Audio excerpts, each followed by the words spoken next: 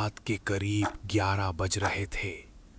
सर्दियों की ठंडी हवा इतनी तेज थी कि पेड़ों के पत्ते भी अजीब सी आवाज कर रहे थे। आसमान में हल्का कोहरा छाया हुआ था और दूर दूर तक सन्नाटा पसरा हुआ था। शहर से लगभग 12 किलोमीटर दूर एक सुनसान सड़क के किनारे बना हुआ था पुराना बस स्टॉप। कहने को तो वो बस स्टॉप था, लेकिन सालों से वहां कोई बस रुकती ही नहीं थी। रोहित एक प्राइवेट कंपनी में काम करता था। उस दिन उसे ऑफिस से लौटने में बहुत देर हो गई थी। आखिरी बस वो मिस कर चुका था। घर जाने का एक ही रास्ता था, वही पुरानी सुनसान सड़क और वही बस स्टॉप। रोहित ने सोचा, चलो यहीं खड़ा होकर किसी लिफ्ट का इंतजार कर लेता हूँ। लेकिन उसे नहीं पता था कि उस रात उसका इंतजार कोई और भी कर रहा था। बस स्टॉप पर पहुंचते ही उसे अजीब सी बेचैनी महसूस होने लगी।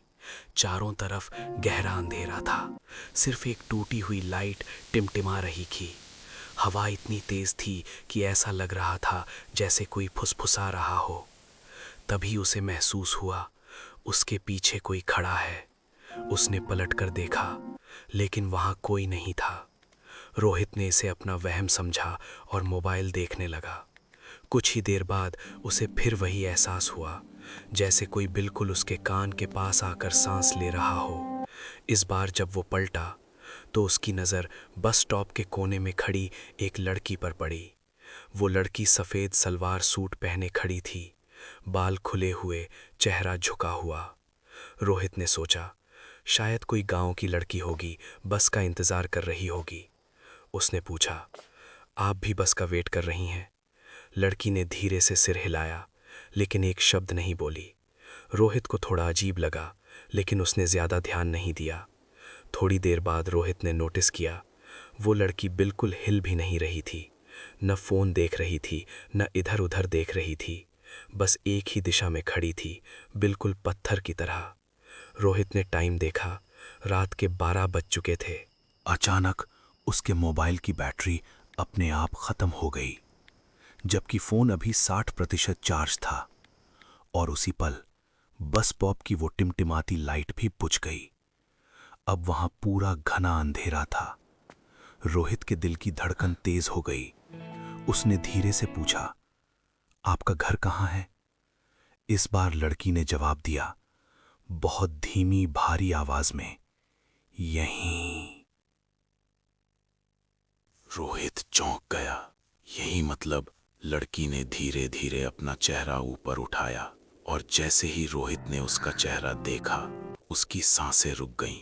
उस लड़की की आंखें पूरी काली थीं, चेहरे पर कोई भाव नहीं और होठों पर खून जैसा कुछ लगा हुआ था। रोहित घबराकर पीछे हटने लगा। तभी उसने देखा, लड़की के पैर जमीन से कुछ इंच ऊपर थे। रोहित को समझ आ गया कि उसके सामने कोई इंसान नहीं है।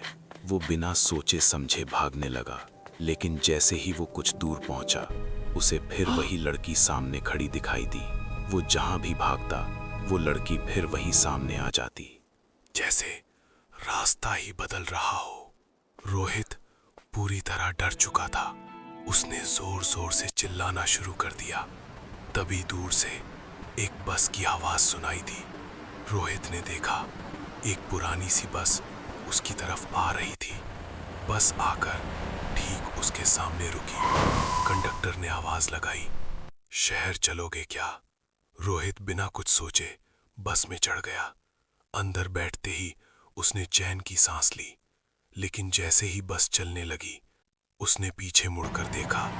वही लड़की बस स्टॉप पर खड़ी उसे ही देख रही थी और धीरे धीरे हाथ हिला रही थी। थोड़ी देर बाद रोहित ने कंडक्टर से पूछा, भैया, ये बस स्टॉप इतना सुनसान क्यों रहता है? कंडक्टर ने गंभीर आवाज में कहा, क्योंकि 5 साल पहले यहीं एक एक्सीडेंट हुआ था। एक लड़की की मौत हो गई थी। तब से लोग कहते हैं कि उसकी आत्मा आज भी यहाँ इंतजार करती है। रोहित के हाथ पैर ठंडे पड़ गए, क्योंकि जिस लड़की की बात कंडक्टर कर रहा था, वो वही थी जो अभी थोड़ी देर पहले उसके साथ खड़ी थी।